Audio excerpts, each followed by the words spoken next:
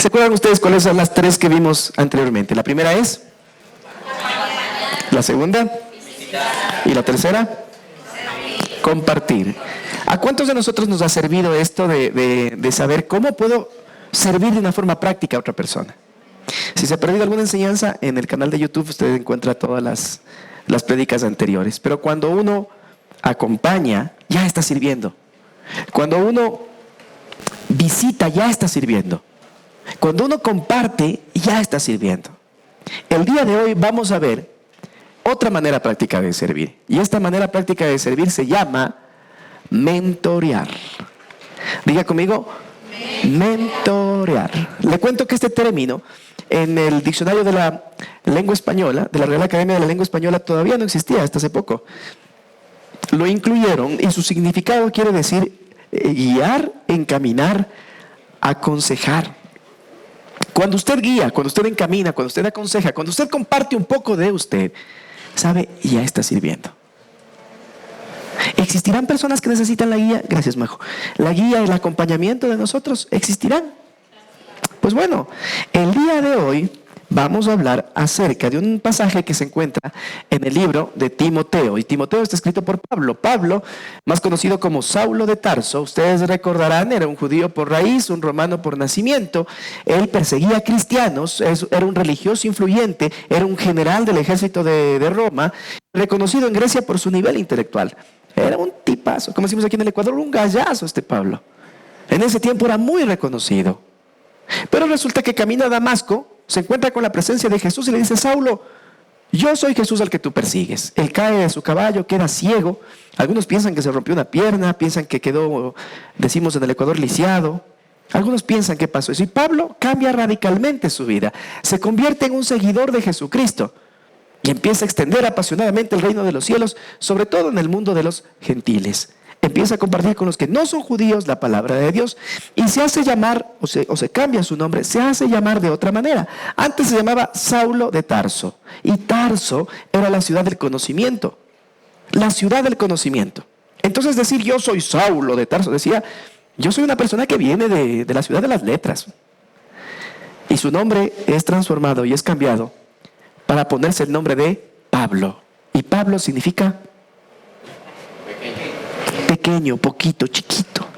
Porque él dice, lo que yo sé, o lo que yo sabía del mundo secular, es así de poquito comparado a todo lo que Dios tiene para mi vida. Porque para mí el vivir es, y el morir es, palabras de Pablo. Y Pablo se convierte en un seguidor de Jesucristo. Bueno, ¿qué estaba pasando con Pablo? Pablo ya había cumplido el objetivo de predicar a los gentiles en esta segunda carta a Timoteo que vamos a leer el día de hoy. Ya había viajado por muchas ciudades y había tenido cercanía con muchas iglesias primitivas que empezaban a nacer. Había levantado familias, había levantado líderes, había llevado el evangelio para revolucionar la vida de mucha gente. Y generalmente Pablo pasaba preso, lo metían preso frecuentemente porque predicaba el evangelio. Y bueno, este Pablo también se encontraba preso. Había escrito ya sus cartas doctrinales que eran la base para las nuevas generaciones de los cristianos. Hablamos ahora de un Pablo viejo encarcelado en Troas por predicar la palabra y listo para ir a la presencia de Dios. Este Pablo le escribe una carta a su discípulo amado que se llama Timoteo, donde le da las últimas recomendaciones. Y Pablo, sintiéndose listo para morir, más o menos dice esto: solo Lucas está conmigo. Toma a Marcos y tráele contigo, porque me es útil para el ministerio. Miren, Pablo solamente le pide a Timoteo que venga a él, que le traiga una capa y los pergaminos para poder estudiar la palabra.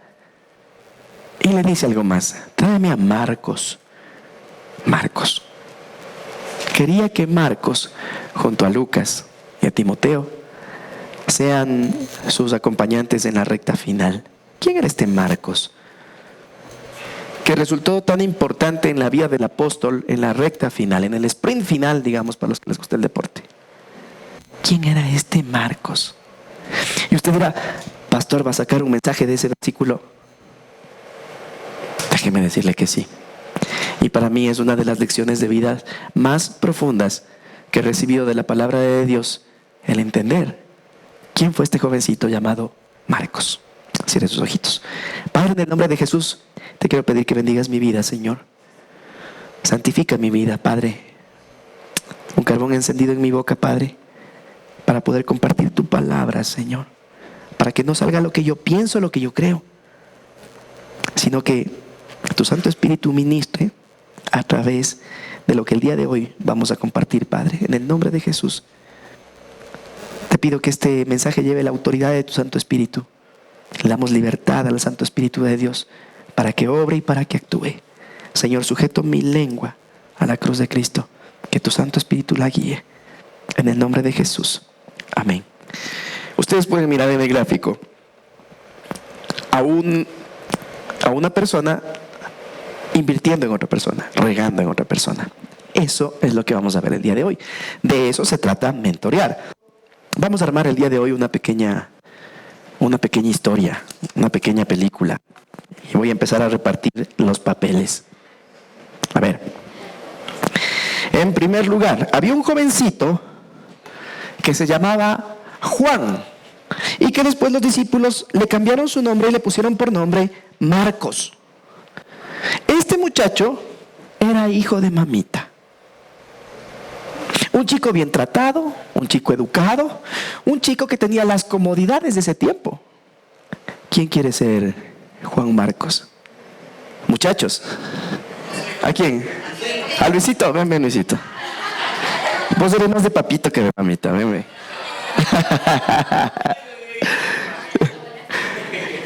Este muchacho de nombre Juan Marcos era hijo de una señora que se llamaba María de Jerusalén. Necesito una María de Jerusalén. Está ocupada María Fernanda. ¿Quién quiere ser la mamá? Venga. Ya le ganaron. Esta señora llamada María de Jerusalén, resulta que era una señora muy pudiente que contribuyó al ministerio de Jesús y acogió a los discípulos en su casa. Esta señora tenía una casa bastante grande. Los discípulos en Jerusalén se reunían para poder orar en esta casa. Y si tenía, el espacio para recibir a mucha gente, debe haber tenido quien le ayude a atender a tanta gente. Se presume que esta persona tenía criados, criadas, servidumbre, y tenía la posibilidad económica de recibir a un montón de cristianos, que aparte de eso los cristianos no fumamos, no tomamos, no bailamos, pero comemos. Entonces tenía la capacidad económica para solventar precisamente eso. Y esta señora tenía un hijito, muchacho estudiado, bien tratado, comía de lo mejor. Le encantaba investigar, le encantaba escribir. Aparte de eso, alrededor del año 65 después de Cristo, él empezó a escribir tratados muy profundos. Pero cuando era un muchachito, tenía un griego extremadamente pulido y tenía una manera bastante buena, casi exquisita de escribir en griego. Era un chico de casa, pues. Era un hijo de mamá. Había estudiado. Sabía el griego a la perfección, aunque él era precisamente de raíz judía. No fue uno de los apóstoles, pero resulta que fue amigo de un terco, de un necio, bien primitivo en su forma de proceder, de nombre Pedro. ¿Quién quiere ser Pedro?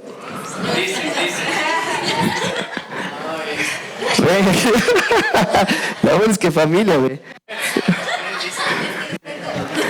Entonces, Pedro pasaba con esta familia buscando precisamente en la oración la presencia de nuestro Señor. Entonces, este señor Pedro era uno de los hombres más influyentes de la iglesia primitiva en Jerusalén en ese tiempo. Sucedió algo. Después de la muerte y resurrección, la ascensión de nuestro Señor Jesucristo, los primeros cristianos empiezan a sufrir una persecución. Y en esta persecución matan al primer cristiano. ¿Su nombre? Y no soy yo, por si acaso. Matan a Esteban. Y resulta que ellos presencian eso.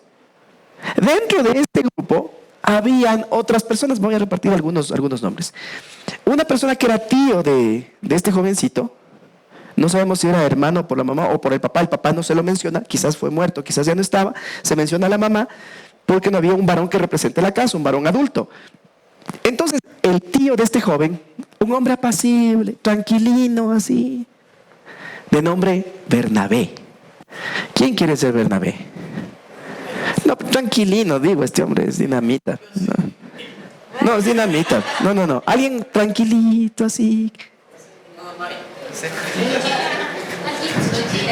No, el Javi que se está escondiendo. Ven, Javi, ven. Corre, Javi. Entonces, había una persona que se llamaba Bernabé. Verán que estamos hoy repartiendo papeles, ¿no? Porque decir que se parece al sobrino, no se parece al sobrino. Entonces era el tío Ponteca, era el tío, ¿no es cierto? Y dentro de este grupo de cristianos había una amiga de María, María de Jerusalén. ¿Se acuerdan que había un grupo que se llamaba las Marías, que estuvieron al pie de la cruz? ¿Cuál era la María más representativa de las que estaban al pie de la cruz?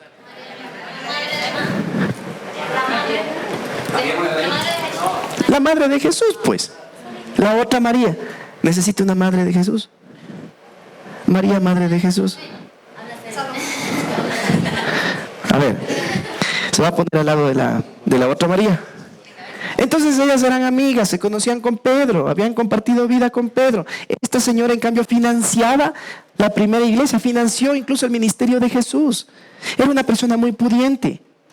Ahora, Pablo, perseguidor de los cristianos, fue uno de los que propulsó precisamente esto de matar y perseguir a todos los que profesaban el nombre de Jesucristo. Ellos presencian la muerte de Esteban, el primer mártir, y se dispersan. Junto a otro grupo se dispersan, se van por diferentes lugares. Y este grupo pequeñito, como que se mantiene todavía en Jerusalén. Sucede algo dentro de todo eso. Sucede que Pablo, Saulo de Tarso, se encuentra con la presencia de Jesús, queda ciego y después es llevado a la casa de unos cristianos donde les enseñan los rudimentos del Evangelio, las primeras cosas del Evangelio. ¿Quién quiere ser Pablo? Pensando. No, venga. Un Pablo con chaleco va a ser. Entonces, este Pablo estaba siendo discipulado por una familia. Supongamos que la familia está allá. Póngase para allá, mijo. Eso. Ahí está entonces Pablo. ¿Ok? ¿Qué pasa con Pedro? En los primeros años de esta iglesia, Pedro resulta que es tomado preso por predicar el Evangelio. Acuérdense que había una persecución. Ahí le pusimos una reja justo en la esquina, vea. Y se fue para la cárcel. Y estaba preso. ¿Sí?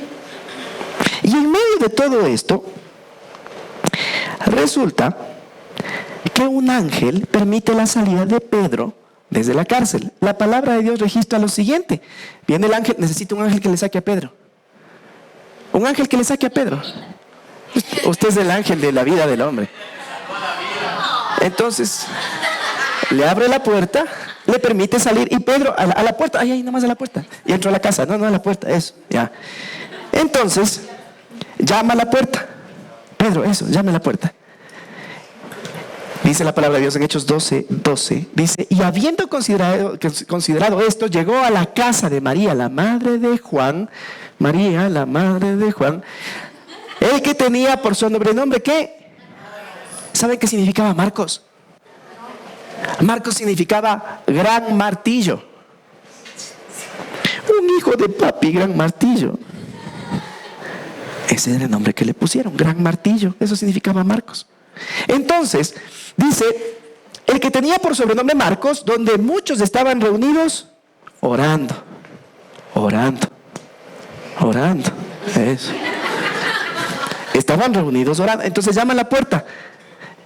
Y una criada va y dice, ¿saben qué es Pedro? No te puedo creer, será Pedro. Conversen. No sé, Pedro estaba encarcelado. Pero dice que un ángel le ha sacado.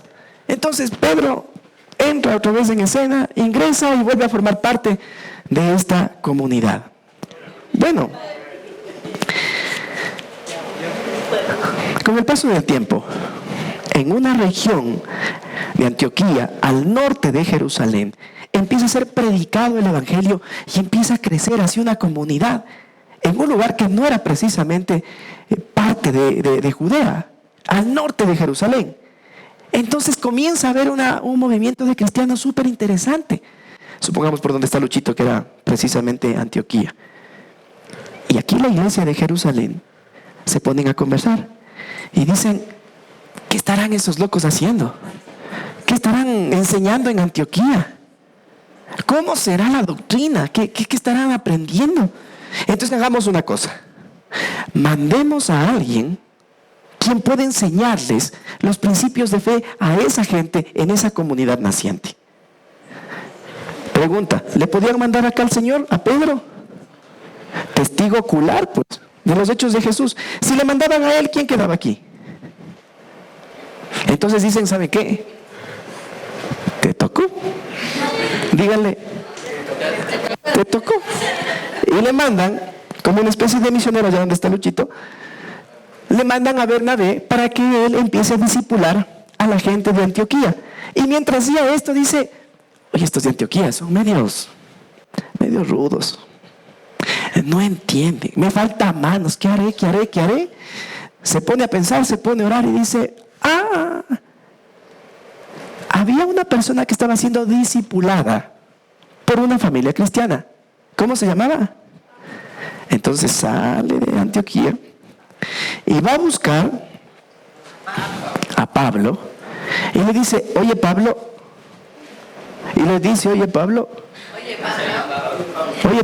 acolita con F.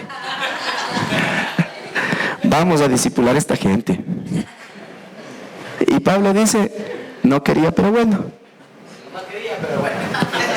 Entonces, los dos regresan a Antioquía a discipular a estas personas y pasan allá prácticamente un año discipulando a esta nueva gente, un año trabajando con los nuevos cristianos de Antioquía. Y hay una cosa súper interesante, la Biblia registra que por primera vez en la historia se llamó cristianos a ese grupo, al grupo de Antioquía, en donde estaba Bernabé y en donde estaba precisamente Pablo. Pero hay un problema, aquel señor, resulta que aquel señor decía, yo estuve con Jesús, pues. Yo caminé sobre las aguas, no eran piedritas, yo caminé sobre las olas. Yo estuve ahí cuando el Señor abrió los ojos de los ciegos. Yo estuve en el Sermón del Monte. Yo vi todo lo que pasó con la crucifixión. Yo fui al sepulcro. Decía aquel Señor. Entonces, decía, los nuevos cristianos deben tener un compromiso. Y ese compromiso no debe de ser solamente de palabras, sino que tiene que ser un compromiso como el que nosotros tenemos. ¿Saben cuál era el compromiso que hacía el judío? ¿Cuál era la señal visible que se le hacía a un hombre judío a los 8 días de nacido? Solo de oír me dolió ya. ¿Qué era la circuncisión? La circuncisión era tomar un cuchillo, meterlo en el fuego y en el pene del hombre, cortar el prepucio y con todo eso caliente, mientras cortaba, cauterizaba la herida y le quitaban ese pedazo de piel. Esto el perro, ¿no? ¿Se imaginan? Miren, muchos de ustedes están aquí en esta iglesia de cero, han empezado de cero. Están en sus primeros días de cristianos, meses o quizás años de cristianos. Y me imagino que también les golpeó muchas cosas y les cambió su forma de pensar y de hacer, pues. ¿Quién va a estar un domingo 8 de la mañana pensando en venir a la iglesia? Todo el mundo el domingo se pone una pantaloneta, una camisa, y usted buscando una camisa, las mujeres buscándose un vestidito, alguna cosa así. Y mientras todos quizás salen al parque o están durmiendo en la casa, viendo películas, nosotros acá como loquitos cantando Dios de lo imposible. Debe haber sido un choque. Debe haber sido un choque que los viernes en la noche, cuando las parejas regulares salen a alargar la noche, debe haber sido un choque que usted venga los viernes en la noche a un discipulado de parejas, donde usted entre y le manden como César Singo, ¿no? Bien golpeado. Tiene que haber sido un choque. Mire, es un choque para todos nosotros salir de una mentalidad de limosna y venir a una mentalidad de diezmo. Es un choque innegable, es un choque. Imagínese lo que hubiese sido que yo le diga, aquí está el cuchillito, se ponen en fila para demostrar el compromiso que tienen con Dios. Marquito, no cojas la puerta, tranquilo, Marquito. Ya se me está yendo el Marquito. No. ¿Se imaginan? ¿Y saben cuál era el mayor problema? No era para ellos, para esta comunidad, pues. Porque aquí Pedro, Marcos, compartían el mismo pensar y las mujeres sabían de lo que estaban hablando. Adivinen para quién era el problema. Porque ellos estaban trabajando con gentiles. Y desde acá, Pedro les decía, les tienen que circuncidar. Y los de allá, imagínense en Bernabé, un hombre tranquilino, con un Pablo, que era un hombre vehemente, firme, de carácter fuerte. Imagínense en esa dupla, frente a una comunidad nueva, diciéndoles les va a tocar circuncidarse para sellar su compromiso. ¿Qué les tocó hacer los dos? ¿Qué hubiese sido lo lógico? Entonces Bernabé le dijo a Pablo, será de ir a hablar con este Pedro. Y Pablo le respondió, no quería, pero bueno. Entonces los dos vienen y se ponen a conversar. Bueno, con todos acá. Y se pone en una discusión prácticamente, ¿no? Algo acalorado y ya. Entonces, en medio de esta molestia que estaban teniendo, llegan a un acuerdo y dicen, ok, ya. Vayan, prediquen y busquen que salga el prepucio de su corazón, no físico. Ya, les mandan, no hay problema. Y los dos se regresan nuevamente para Antioquía, pero el rato que se estaban yendo, entonces dice Bernabé, adiós cierto. Adiós cierto, llevémosle al guagua. Vienen, hablan con la mamá y se lo llevan al muchacho que tenía un griego muy pulido, que tenía educación, un muchacho que era hijo de mamita, le llevan de misiones a Antioquía. ¿Cuántos hemos ido de misiones? Pero de misiones en serio. Miren, cuando fuimos hace casi un año de misiones a recibir a las personas que llegaban al puente de Rumichaca, que provenían de Venezuela, ¿sí se acuerdan todo lo que nos tocó? Salimos con el corazón partido. Y no solamente eso, sino que físicamente es un desgaste tenaz. No se diga, no es un viaje de turismo. No es que ahí Juan Marcos iba a estar tomándose fotos subiendo al Instagram. No, iba a tener que pasar las duras y las maduras. Pero era un hijo de mami. Entonces, llegan a Antioquía, conversan con la gente, empiezan a seguir discipulando a las personas. Y en algún momento los directivos de esta iglesia primitiva de Antioquía dicen, ¿saben qué? Pablo y Bernabé, lo mismo que ustedes han hecho, háganlo pero con otras comunidades. Vayan a otros viajes. Entonces, ustedes pueden mirar en la pantalla.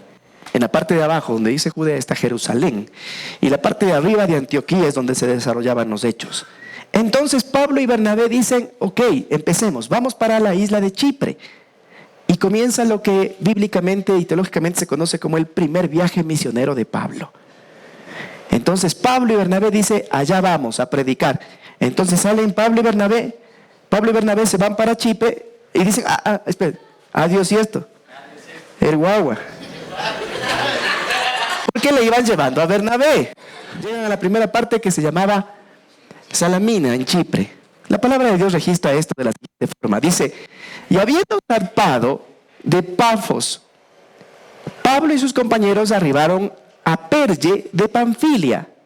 Miren, llegaron hasta Perge, salieron de Pafos, ¿sí ven? Llegaron a Salamina, fueron hasta Pafos y después de Pafos navegaron hasta Perge. ¿Y qué pasó en Perge? Pero Juan, ¿dónde está Juan? El guagua. Paso adelante. Dice, pero Juan, apartándose de ellos, ¿a dónde se fue? ¿A dónde? ¿Dónde, mamita? ¿Y saben por qué regresó este muchacho? Este muchacho regresó porque seguramente no fue lo que él pensaba.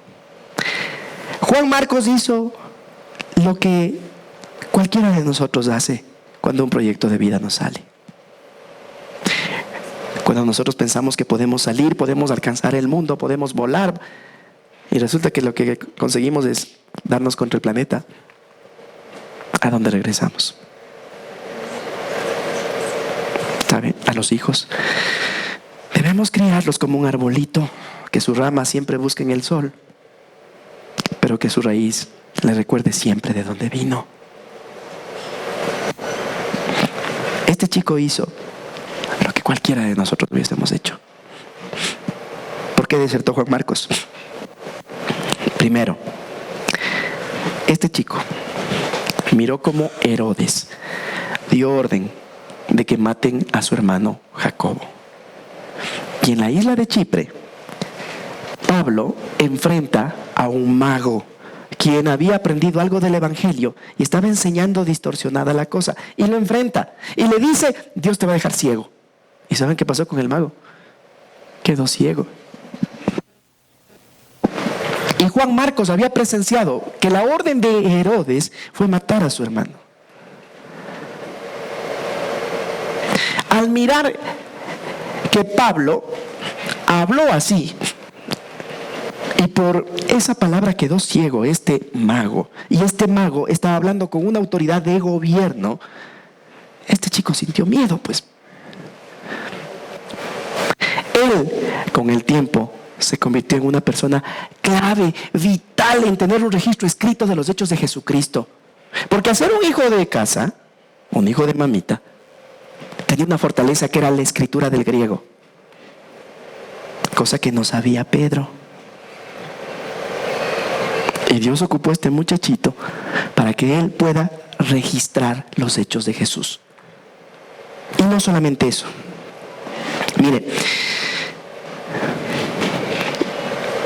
la principal fortaleza de este chico al volver a casa de mamá fue una: cuando él regresó con muchas ganas de aprender de su error, no de sumirse en una depresión.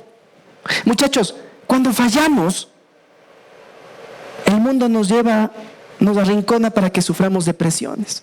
Pobrecito yo, nada me sale, nada puedo, nada me quiere, nadie me quiere,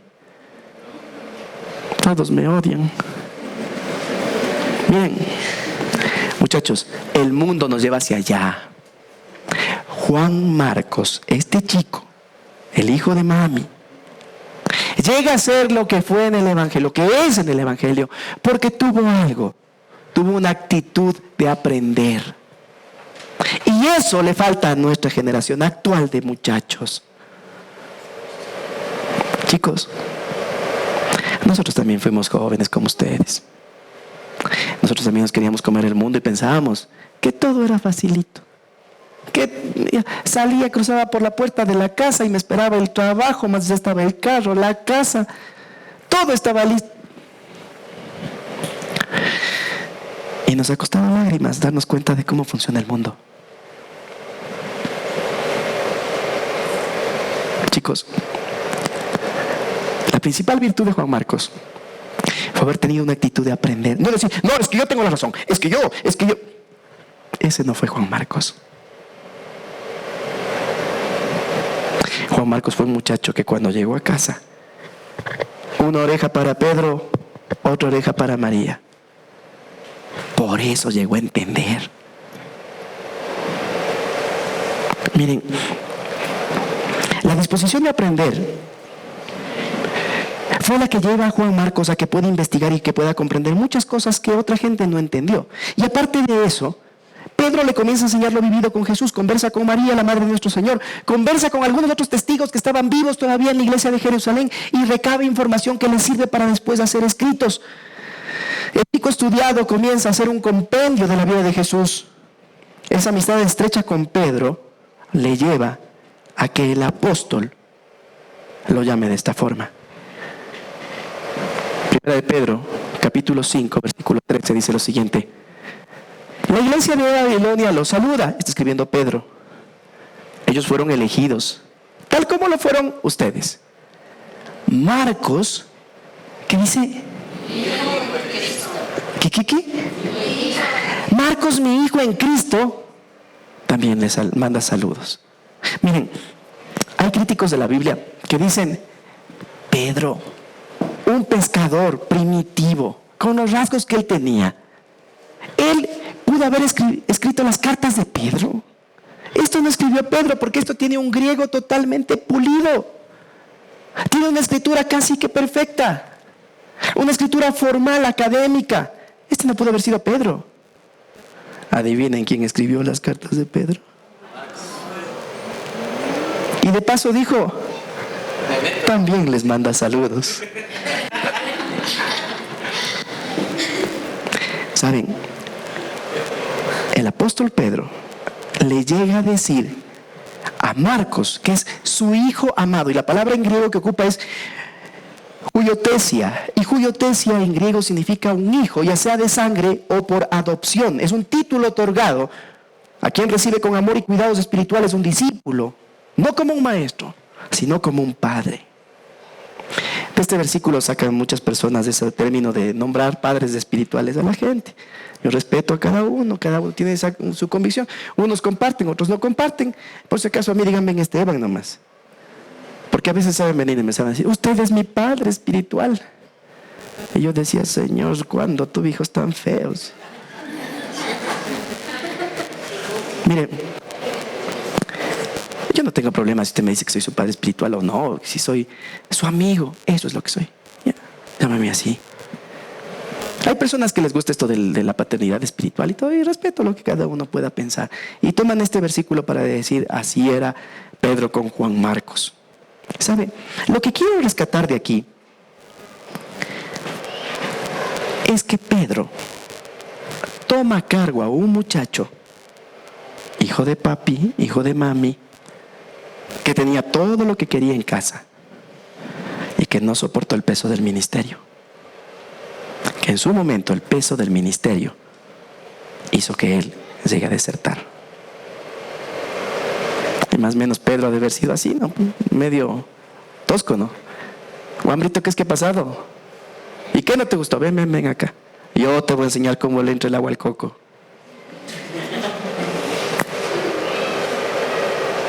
Y Pedro se convierte en lo que hoy los grandes pensadores le llaman el mentor.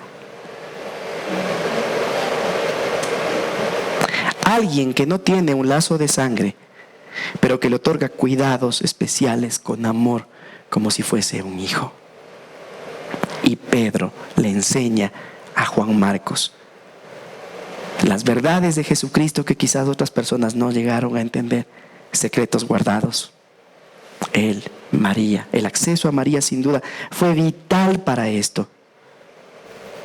Y a cambio él recibe el poder registrar sus pensamientos en las cartas con un griego extremadamente pulido.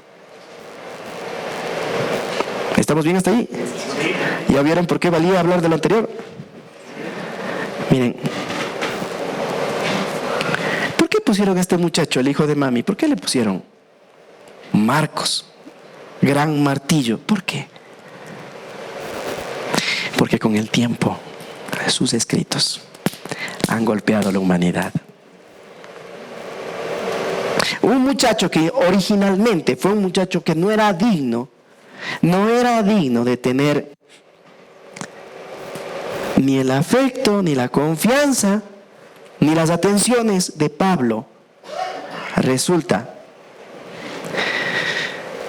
que por Pedro llega a ser un muchacho fuerte. Ahora,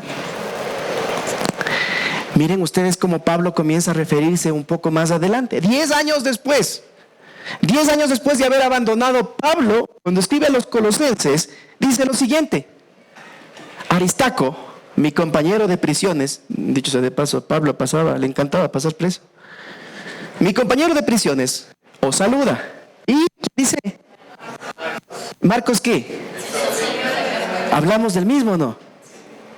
Marcos, el sobrino de Bernabé, dice, acerca del cual habéis recibido mandamientos. Si fuera a vosotros, no le reciban ese guambra malcriado, majadero. Así dice. ¿Cómo dice? Si fuera a vosotros, recibidle.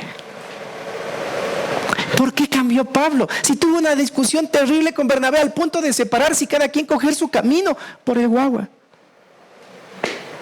¿Qué cambió? ¿Qué pasó? Porque ahora cuando escribe a Colosas, Pablo les dice, si va este muchacho, recíbanle. Y miren un poco más adelante. Filemón, un hombre pudiente, a quien Pablo le escribe una carta chiquitita, una hoja. Dice lo siguiente: te saludan Epafras, mi compañero de prisiones. Ya ven, por Cristo Jesús. Miren, ¿quién está ahí? Marcos, Aristarco, Demas y Lucas, mis colaboradores.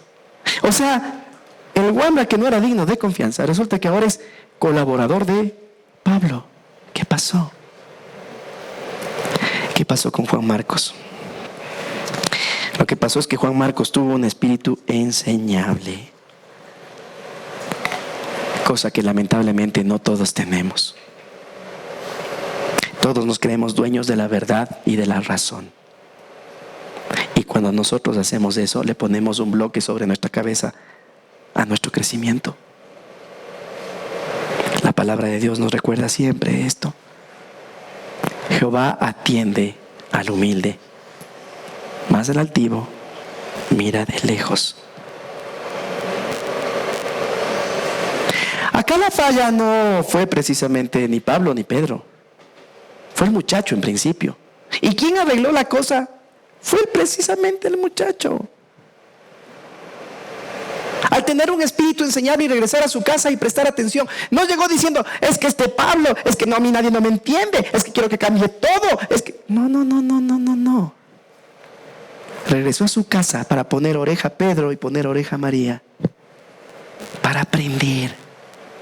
Chicos, si ustedes quieren llegar lejos en la vida, ustedes tienen que estar dispuestos a tener un espíritu enseñable. Si ustedes piensan que ya se las saben todas, la palabra de Dios dice que el altivo mira de lejos. Daba una conferencia en una empresa esta semana y una persona me decía que los jefes que ha tenido, todos han sido así. Le dije, claro, tú lo miras del lado del empleado. Pero yo te voy a invitar a una cosa, ya que ninguno de tus jefes ha valido, te voy a invitar a algo. ¿Qué te parece si tú te conviertes en un empresario? Y tú te encargas de levantar un negocio, de tener ventas, de solventar ese negocio, de aguantar, apalancar con un músculo financiero ese negocio. A veces de perder, a veces de ni siquiera cobrar para que tus empleados estén al día, a enfrentar todos los temas de seguro social y demás. Ponte del otro lado y enséñanos cómo se hace empresa. Una cosa es estar de este lado, otra es estar de este lado. Muchachos, una cosa es estar de crítico y otra cosa es estar de protagonista. Criticando no se arregla nada. Y lamentablemente, la cultura de hoy nos hace pensar de que los adultos somos como medios tontos. Miren los Simpson, ¿quién es el bobo? ¿Y quién es el vivísimo? Nos hace ver a los adultos como medios lentos, como medios bobos. Y en realidad no es así. El mentoreo es un proceso que nos cuesta. Porque hay que ser lo suficientemente maduro para poder entregar algo de mí a una persona. Y hay que ser lo suficientemente maduro para permitir que alguien ofrezca su conocimiento a mi vida. Mentoreo es un proceso de madurez. Usted no puede ni mentorear ni ser mentoreado si usted no es maduro. Cuando empecé mi vida profesional yo pensaba que el conocimiento, es que se escuchaba, ¿no? Que el conocimiento que yo tengo, no sé qué, lo guarde para mí. Cuidado, voy a estar diciendo a otras personas, porque después han de aprender lo que vos haces y de mandar sacando. Y los primeros años de trabajo yo reaccionaba así. Los primeros años de trabajo yo no contaba mucho de lo que hacía, era para mí. Y en los lugares que fui saliendo los primeros años, salí y ya, salí. Se acabó. Pero con el tiempo me fui dando cuenta de algo. Si usted quiere ser un gran líder, yo le sugiero, lea la vida de Moisés. Y usted va a comprender muchísimas cosas de manejar grupos sociales. Lea Éxodo y mire cómo son los inicios. El miedo, la frustración. Y después cómo usted se debe poner al frente, la valentía para enfrentar las cosas, para salir a lo incierto. Lea Levítico y dése cuenta cómo Dios organiza las cosas. Lea Números, lea Deuteronomio. Y usted se va a dar cuenta cómo el Señor le da a Moisés directrices y cómo Moisés se encarga de esas directrices transmitir en un lenguaje que el pueblo puede comprender y lo deja por escrito para que no se olviden. Pero no solamente eso. Porque Moisés, a punto de morir y viejo, listo para entrar a la tierra prometida, todo el pueblo y él muriendo, la historia nos muestra que la figura fue completa cuando hubo una persona que pudo reemplazar la figura de Moisés y llevar al pueblo a cruzar el Jordán e ir a la tierra prometida. Esa persona se llama. Entienda que usted necesita dejar un Josué en la tierra. Usted necesita tener un Josué que vaya aprendiendo de lo que usted hace. Cuando comprendí eso, empecé a dejar Josué en los diferentes lugares donde pasaba. Y sabe, en esos lugares donde dejé un Josué, hasta ahora me llaman. Hasta ahora me buscan. En empresa privada, constantemente. Asesorías. En la parte ministerial, constantemente. Para dar una consejería, para ir a predicar. Es necesario dejar un Josué. Solamente que la generación de hoy no todos están dispuestos a ser Josué, pues. No quieren ser ni Moisés, quieren ser Faraón. Muchachos, estar dispuesto a ser mentoreado comienza con una decisión de entrar al camino de la madurez. Madurez. Los niños son los que se resienten. Me llevo a mi pelota, ya no juego con vos. Los adultos son los que nos ponemos de frente y arreglamos diferencias. Madurez. No se olvide esto, porque esto es importante. Solo Lucas está conmigo, dijo Pablo, en la cárcel, listo para ir a la presencia de Dios. Toma Marcos. Tráele contigo porque me es útil para el ministerio. Un muchacho temeroso, un muchacho que no hizo las cosas bien, un muchacho que les dejó embaucados y se fue, se convierte después en una persona que sería el encargado de ser útil al ministerio. ¿Y cómo fue útil al ministerio? Escribiendo la Fuente Q, escribiendo el Evangelio de Marcos y ayudando a Pedro a redactar sus cartas.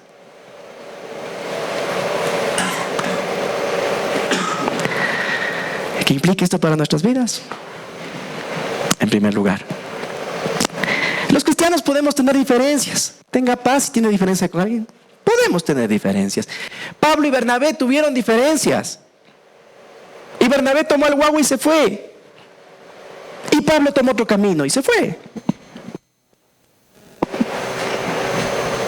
Pero esas diferencias no nos pueden privar de trabajar por el reino. Los cristianos podemos tener diferencias que nos hagan trabajar por separado.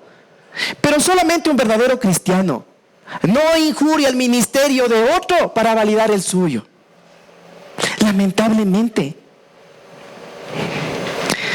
en nuestra sociedad ecuatoriana, quiteña, hay gente que contrata espacios en televisión para decir, la iglesia del fulano no vale, el mengano no vale. En el YouTube hay una cantidad de cosas en contra de siervos de Dios. Personas que lo único que se dedican no es estudiar la palabra de Dios y decir lo que Dios les habla. Lo que se dedican es injuriar a otro, a decir el ministerio de él no vale. Y un verdadero cristiano no hace eso. Un verdadero cristiano puede tener diferencias, sí. Y si no estamos de acuerdo, pues perfecto. Usted tome su rumbo, yo tomo el mío. Y a los dos nos va a ocupar el Señor. El Señor le ocupó a Bernabé. El Señor le ocupó a Juan Marcos. El Señor le ocupa a Pablo. Más allá de las diferencias, necesitamos respetar vocaciones, respetar llamados y respetar formas de cada uno. Doy gracias a Dios por esas iglesias donde la guitarra suena, ¿no? Dale, Sandro. Suena la guitarra. Y la gente va y se da trampolines para atrás. Y gracias a Dios por esas iglesias. Es su manera de alabar a Dios. Es su forma de alabar a Dios. También hay otras iglesias donde suena el piano, el coro, tipo canto gregoriano, así en polifonía. Se acaba la canción y levantan los boletines y hacen así. Y dicen, estamos felices. Y yo digo, la cara no demuestra lo mismo. Respeto. Es su manera de alabar a Dios. Ahorita mismo. Un grupo de nuestros muchachos, de los chicos de God in the Street, están unos en la costa, otros por aquí en Quito, están predicando la palabra del Señor en plazas, en sitios donde yo no voy a ir. No porque no puedo, ni porque no quiero, porque no tengo empatía, porque no es lo mío. Lo mío es esto. Lo mío son las parejas. Pero no por eso voy a desmerecer lo que los muchachos hacen. Al contrario, ellos llegan a sitios, gloria a Dios, donde yo no puedo llegar. Ellos llegan a espacios, a lugares donde quizás nosotros no llegamos, y gracias al Señor que hagan eso. Y en vez de criticarnos, en vez de destruirnos y meternos palos a las ruedas, es tiempo de que entendamos que un verdadero cristiano no desmerece el ministerio de otro cristiano.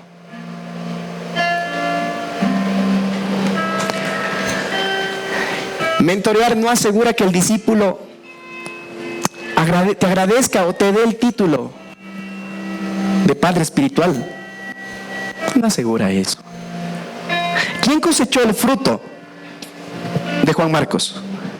¿Para quién le fue útil al ministerio? Pablo es el que está en la parte final diciendo, me es útil al ministerio. Miren, este muchacho, ¿quién lo mentoreó? ¿Quién no le perdió la fe? ¿Quién? Pablo. Bernabé primero y después.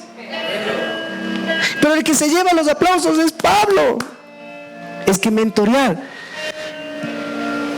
no siempre es sinónimo de que alguien te agradezca. No es sinónimo de que vengan y te den el título él.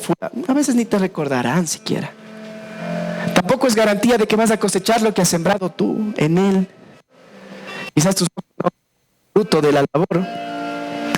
Pero en el cielo y aquí en la tierra Dios te va a recompensar, porque Dios no miente.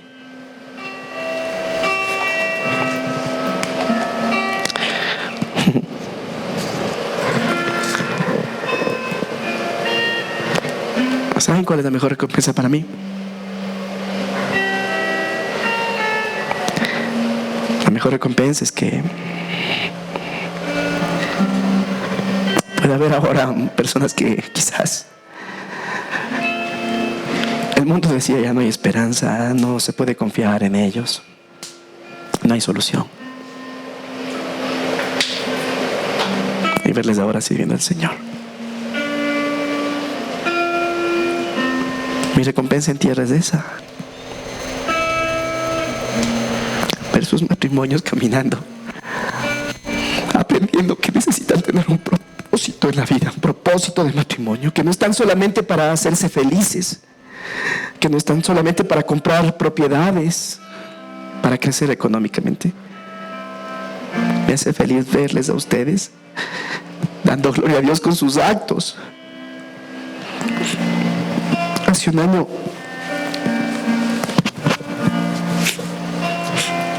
oficiábamos la primera boda.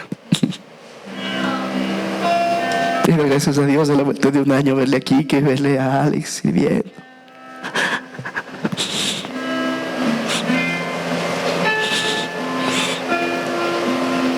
Gracias a Dios al ver a tus hijos encaminados, creciendo, aprendiendo, con sus tropiezos, con sus cosas. Sí, como todos. Pero quien tiene espíritu enseñable, aunque se equivoque, el Señor seguirá bendiciendo su vida.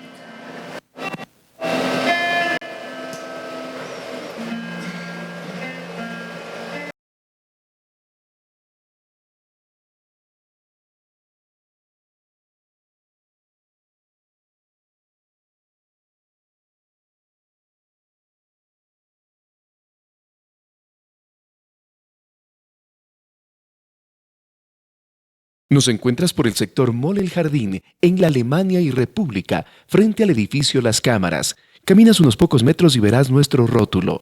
IBF, Familias Bendecidas.